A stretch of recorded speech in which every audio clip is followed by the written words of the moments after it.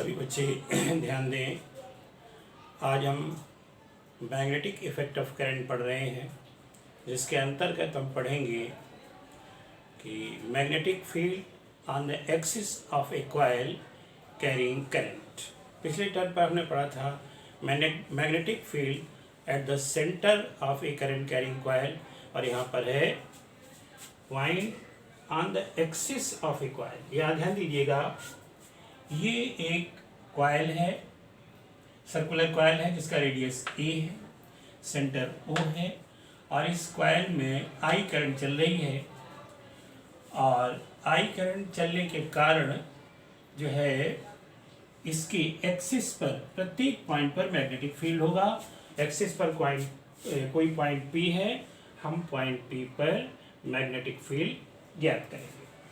अब जरा ध्यान दीजिए कैसे ज्ञात करेंगे। मैग्नेटिक फील्ड ज्ञात करने के लिए हम इस कॉइल के किसी पॉइंट पर, जैसे इसका टॉप पॉइंट है, उस पर एक सेगमेंट ए बी ले लेते हैं जिसकी लेंथ डेल्टा एल है, और इसके कारण पॉइंट पी पर जब मैग्नेटिक फील्ड निकालेंगे तो बायोट-सावर्त का नियम लगा देंगे। तो सबसे पहले यही ध्यान दीजिए, पूरा समझ गए होंगे सभी बच्चे। ये कॉइल है जिसमें करंट आई चल रही है, जिसका रेडियस ए है, इसका सेंटर ओ है, और एक्सिस पर एक्स डिस्टेंस पर कोई पॉइंट पी है जहां हमें मैग्नेटिक फील्ड निकालना है। तो मैंने क्या कहा, कॉइल का एक सेगमेंट ले लेंगे, उस सेगमेंट के कारण पॉइंट पी पर मैग्नेटिक फील्ड निकाला जाएगा। तो सबसे पहले हम निकालेंगे मैग्नेटिक फील्ड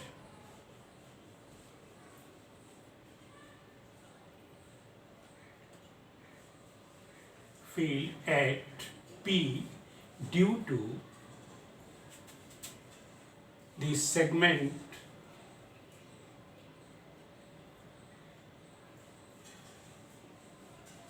AB,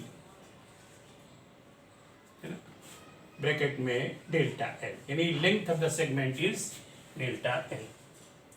तो बायोट-सावर्त का नियम लगाएंगे तो यहाँ पर हो जाएगा delta B is equal to mu naught upon 4 pi I delta L sine theta upon distance R है, आर स्क्वायर ये डिस्टेंस। ये वही नियम है जैसे ऐसे नहीं पढ़ते थे। यहाँ पर एक पॉइंट था, ये पॉइंट थीटा था, ये एंगल थीटा था, और ये पॉइंट पी था।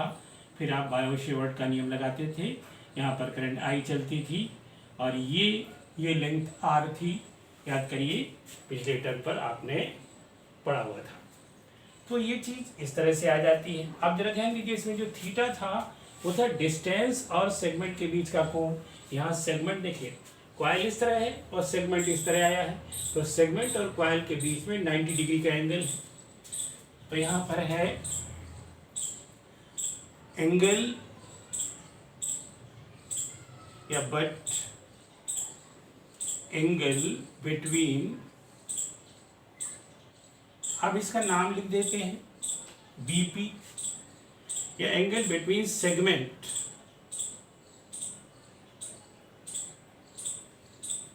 And BP. एपी लिख सकते हैं, AP is equal to 90 degree. Therefore delta B is equal to mu naught upon 4 pi I delta L, और साइन 90 1 हो जाएगा अपॉन आर स्क्वायर। अब देखिए फिगर में, देखिए डेल्टा बी की डायरेक्शन लाइन एपी, एपी हम इसलिए बहुत छोटा सेगमेंट इसलिए एपी बोल रहे हैं, एपी के ठीक परपेंडिकुलर है। तो अगर ये अल्फा एंगल तो यहाँ पर ध्यान दीजिएगा, और ये 90 डिग्री का एंगल है, ये अल्फा है और ये 90 डिग्री का एंगल है, तो ये एंगल, और ये भी 90 डिग्री का है, तो ये एंगल भी अल्फा हो जाएगा।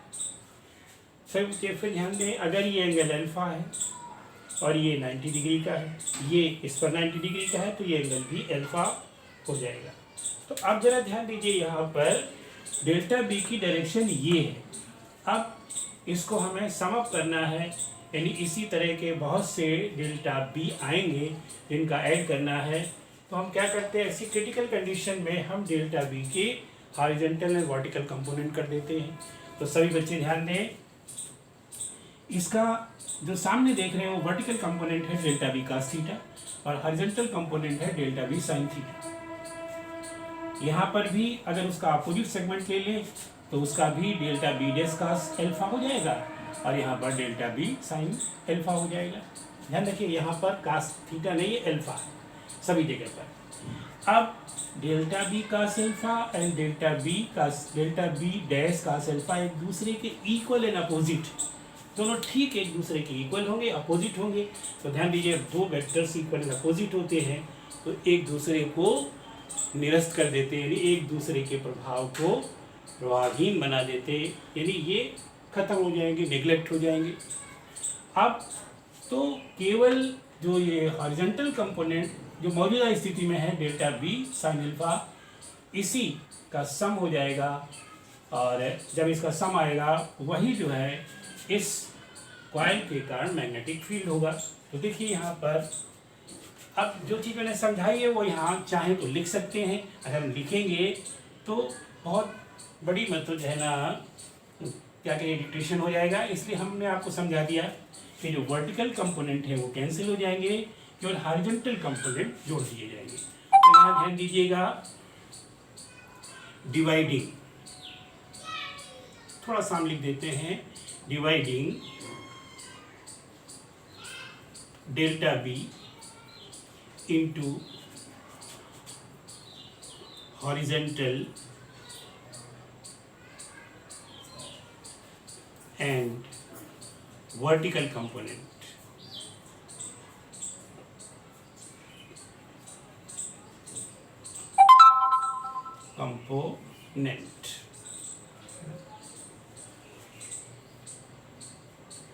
Horizontal component, not horizontal, vertical components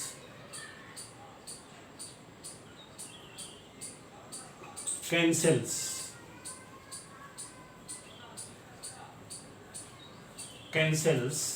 each other, ये cancel each other।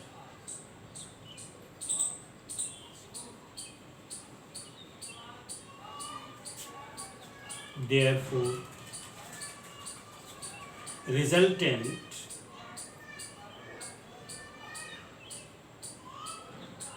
magnetic field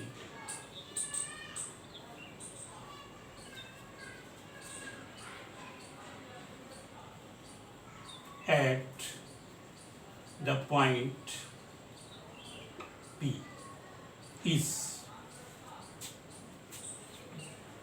ध्यान दीजिएगा ये हो जाएगा बेटा B is equal to integral, आप यहाँ पर इसको लिखेंगे म्यू नॉट अपॉन, पहले तो ये हमने यहाँ पर डेल्टा बी लिखा है, ये हो जाएगा delta B sine alpha integral delta B sine alpha. ये डेल्टा बी साइन अल्फा आया हुआ कि नहीं, इसका जो कंपोनेंट है हॉरिजॉन्टल, यहाँ पर वर्टिकल कंपोनेंट कैंसिल हो गए तो b is equal to delta B sine alpha और यही चीज बराबर हो जाएगी integral.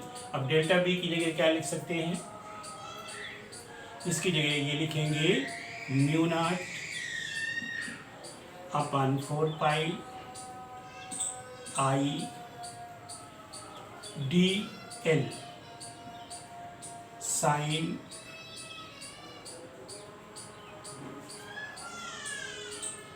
Alpha upon R square. सभी बच्चे समझ लें, जब इंटीग्रल लगता है तो डेल्टा एल डी एल में चेंज हो जाता है, तो वही चीज़ जो डेल्टा बी थी, डेल्टा बी तो ये है साइन अल्फा, ये डेल्टा बी इतना पोर्शन बन गया mu naught upon 4 pi I delta D L upon R square, आगे साइन अल्फा। और अब ये साइन अल्फा की वैल्यू रख दो, तो ये बराबर आ जाएगा integral mu naught upon 4 pi I D L R square into sine alpha. इस फिगर में आप देखिए तो साइन अल्फा होता है परपेंडिकुलर और हाइपोटेनस, तो ये हो जाएगा ए अपान आर, ए अपान आर। अब जब इसको सॉल्व करेंगे तो ये आ जाएगा इंटीग्रल। और एक बात, जितने कांस्टेंट है वो सब बाहर कर लीजिए, तो ये हो जाएगा म्यू नॉट अपन 4 पाई, एक तो कांस्टेंट ये है, दूसरा है आई और ए अपन आर स्क्वायर, ये तो आर क्यूब हो गया, आर क्यूब और इंटीग्रल डीएल। अब सभी बच्चे ध्यान दें, डीएल ये सेगमेंट है, इसका इंटीग्रल होल सरकमफ्रेंस हो जाएगी, तो यही चीज बराबर हो जाएगी, बराबर integral naught integral mu naught upon 4 pi I A upon R cube, और इसका इंटीग्रेशन कर देंगे तो ये आ जाएगी, यानी ये आ जाएगा 2 पाई ए, यानी होल सरकमफ्रेंस। क्या आ जाएगा? होल सरकमफ्रेंस, यानी पूरी सरकमफ्रेंस आ गई। और जब इसको मिलाएंगे तो ये चीज आ जाएगी म्यू नॉट अपन 4 पाई और आई, ध्यान दीजिए ये ए और ये मिलकर ए क्यूब हो, ए स्क्वायर हो गया, ए स्क्वायर, और इधर 2 पाई से ये 4 पाई कैंसिल हो गया, तो यहाँ 2 आ गया, तो यहाँ पर 4 पाई नहीं रखेंगे, तो यहाँ पर रख देंगे 2 और आर क्यूब। क्या गया? फिर से एक बार देख लीजिए, mu naught I A square और इधर 2 से कैंसिल हो गया, 2 आर क्यूब। अब सभी बच्चे इधर ध्यान दें, आर क्यूब यहाँ लिखे देते हैं, but R cube is equal to, यहाँ पर पाइथागोरस थ्योरम लगा देंगे, तो आर क्यूब यानी आर की वैल्यू होती है आर स्क्वायर, यहाँ पर आर स्क्वायर हो जाएगा A square plus X square. अब आर क्यूब है, तो आर क्यूब है, this implies that R cube is equal to A square plus X square की पावर 3/2। बेटा ध्यान दो, ये आर स्क्वायर की वैल्यू है, तो स्क्वायर रूट करेंगे तो हाफ पावर लग जाएगी, और यहाँ क्यूब है ना, तो 3/2। सभी बच्चे समझ गए होंगे। अब इसी वैल्यू को वहाँ रख दो, therefore b is equal to mu naught I A square upon 2, और आर क्यूब के लिए लिख दे A square plus X square raise to the power 3/2। ये फार्मूला आ जाता है magnetic field on the axis of a current carrying coil. अब थोड़ा सा हिस्सा और समझ लो, वो हिस्सा ये है, if n be the number of turns in the coil,